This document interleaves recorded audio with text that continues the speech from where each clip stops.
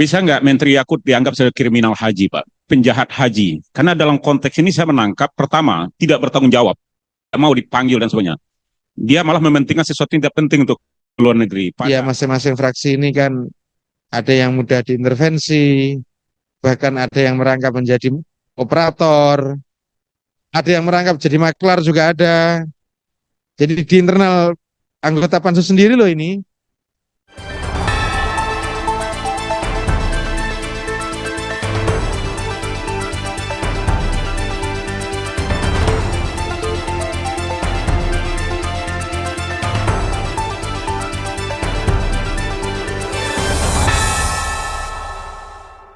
Eh, Mas Marwan.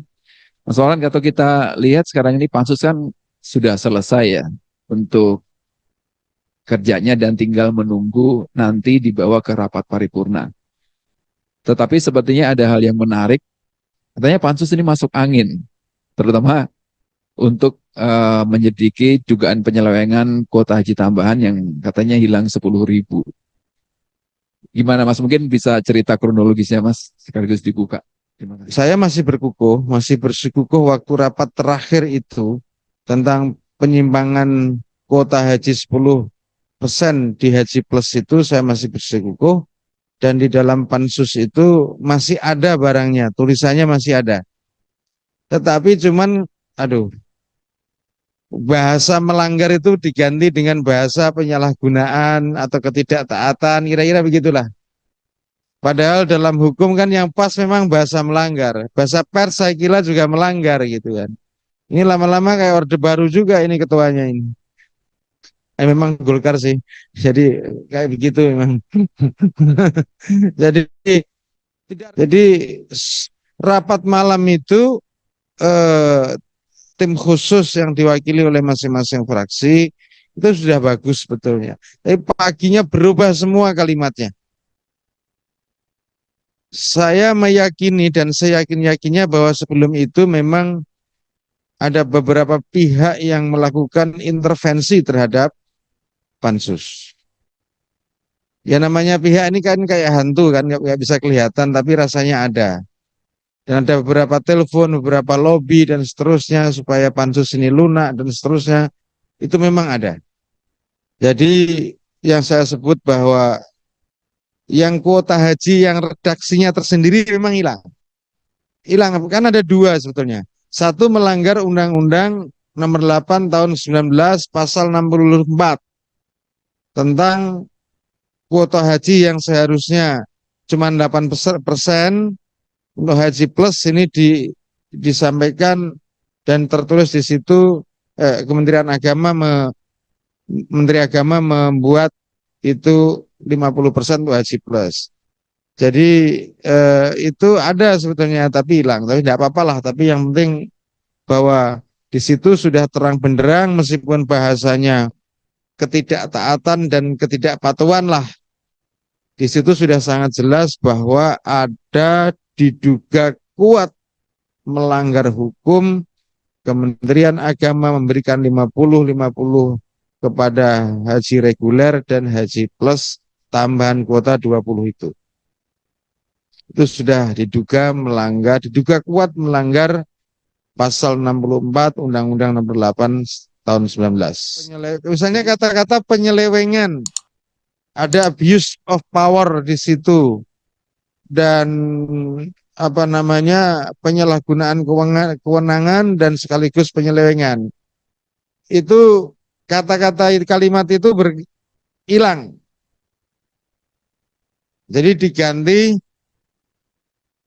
iya jika dibutuhkan para penegak hukum jika ada penyelewengan dan penyalahgunaan kewenangan itu ya ditindaklanjuti gitu aja. Tidak tegas sama sekali. Tapi masih untung ada aparat penegak hukum yang akan menindaklanjuti, itu masih untung. Daripada itu mau dihilangkan sama sekali dan berdebat panjang kita. Jadi ini ketua sekaligus merangkap sebagai anggota dan supir Kemenag kan gitu. Tiba-tiba paginya itu hilang semua. Banyak yang hilang pagi itu. Jadi diduga, saya katakan diduga, saya tidak menuduh ya. diduga kuat, memang korupsinya luar biasa. Punglinya, bahasa saya, punglinya luar biasa. Pungli itu kan masuk dalam undang-undang tipikor itu. Ada yang menarik di situ usulan di pansus itu, ada yang menarik. Menariknya, tapi saya tidak yang mengusulkan itu.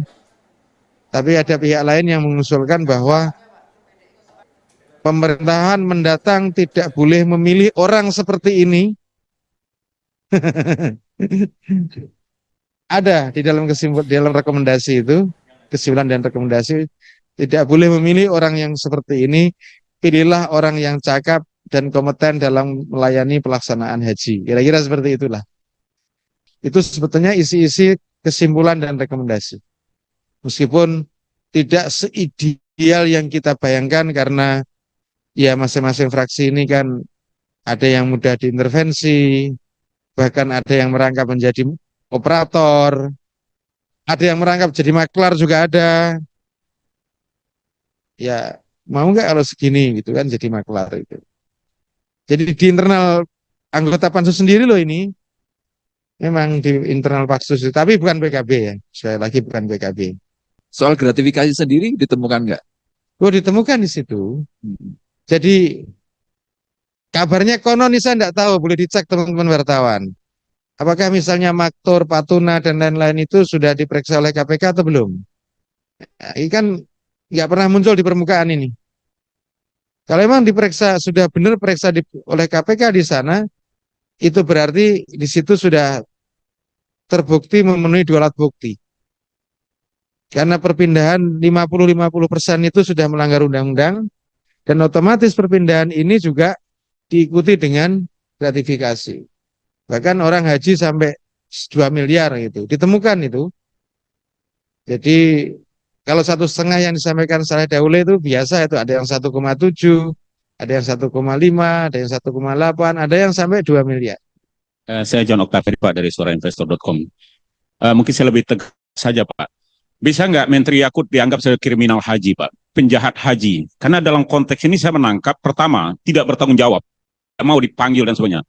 Dia malah mementingkan sesuatu yang tidak penting untuk luar negeri. Padahal persoalan mendasar itu ada di dalam negeri. Beberapa bukti Bapak paparkan tadi, ada tawar-menawar dan sebagainya. Artinya ini sudah nyata sekali bahwa di sini ada tindak korupsi. Kalau tindak korupsi ini pidana kejahatan haji menurut saya.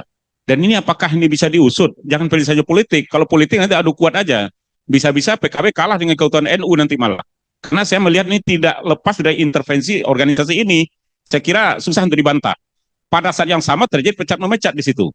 Nah, saya ingin lebih clear lagi bagaimana posisi NU sebenarnya terhadap Kementerian Agama ini dan Bapak Yakut sebagai politisi PKB yang sebenarnya juga dari NU. Karena banyak sendiri ketua NU gitu loh. Saya kira ini perlu tegas, perlu jelas, supaya persoalan tidak menyisakan penyakit, Pak. Karena ke depan nanti akan bermasalah terus kalau menurut saya kalau begini. Artinya terjadi pembangkangan terhadap parlemen oleh seorang menteri, seorang eksekutif yang notabene adalah anggota partai politik yang ada di kabinet. Nah, menurut saya ini perlu tegas. Jadi kalau memang ini harus bisa diusut, dari sisi mananya ini menjadi kriminal. Artinya harus diusut Pak kalau begini. Karena enggak, kalau ini menjadi presiden nanti Pak. Orang nggak merasa lagi takut jadi menteri lalu melanggar, lalu ketika dipanggil hanya ya ngeles lah ke luar negeri lah, kemana nggak penting. Padahal semua orang teriak, semua orang menjadi isu sentral bahwa haji ini ada unsur kriminal kejahatan di sini. Walaupun itu namanya patut diduga, tapi susah untuk bersembunyi ketika ada penawaran-penawaran, ada angka yang berubah-ubah, bahkan pelanggaran undang-undang itu sendiri. Nah, kira-kira mana ujungnya Pak? Apakah ini bisa nggak diselesaikan di luar parlemen? Artinya ini ujungnya nanti harus ada, supaya kita benar-benar mereformasi diri. Apalagi nanti kalau memang akan ada nanti badan baru haji, apakah ini hilang begitu saja? Tapi ini akan menjadi catatan buruk dalam sejarah pelaksanaan haji kita nanti. Itu Pak, makasih. Baik, silakan langsung Mas Marwan. Iya, yang saya ingat dulu ya, nanti yang belum. Ya. Soal pemanggilan tidak hadir. Saya dari awal sudah punya feeling dan saya sudah berteriak di media bahwa tidak hadir itu, dan pada akhirnya juga benar.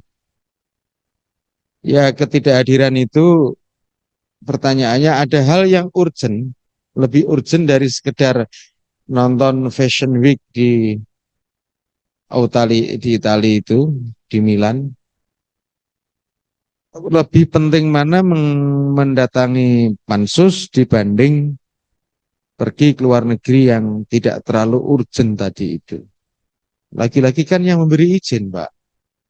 Atau sudahlah Pak, saya minta tolong, saya diberi izin untuk untuk pergi ke luar negeri. Bisa juga gitu. Itu bisa juga. Jadi ketika saya ditanya oleh wartawan 2 hari yang lalu, saya tanya, ada yang nanya apakah itu contempt of parliament? Saya jawab juga contempt of parliament. Karena diundang juga tidak hadir, yang bahkan yang terakhir itu sama sekali tidak ada keterangan apapun ketidakhadirannya itu. Dan ini sangat apa ya, unsur disengaja itu ada.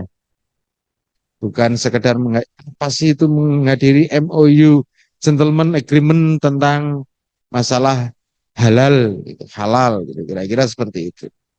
Jadi nggak ada yang penting banget, itu nggak ada kira-kira bisa diwakilkan. Makanya saya berkali-kali ngomong, ya itu bisa diwakilkan melalui Wamen, ada Wamennya, Kementerian Agama itu bisa diwakilkan oleh Eselon 1 dan seterusnya. Sebenarnya masih bisa, itu sangat bisa. Dan itu biasa hal begitu itu.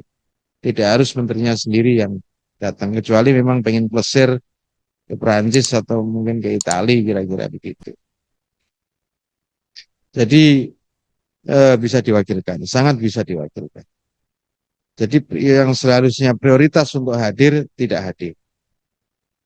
Itu masalahnya. Jadi yang kedua adalah kriminal haji.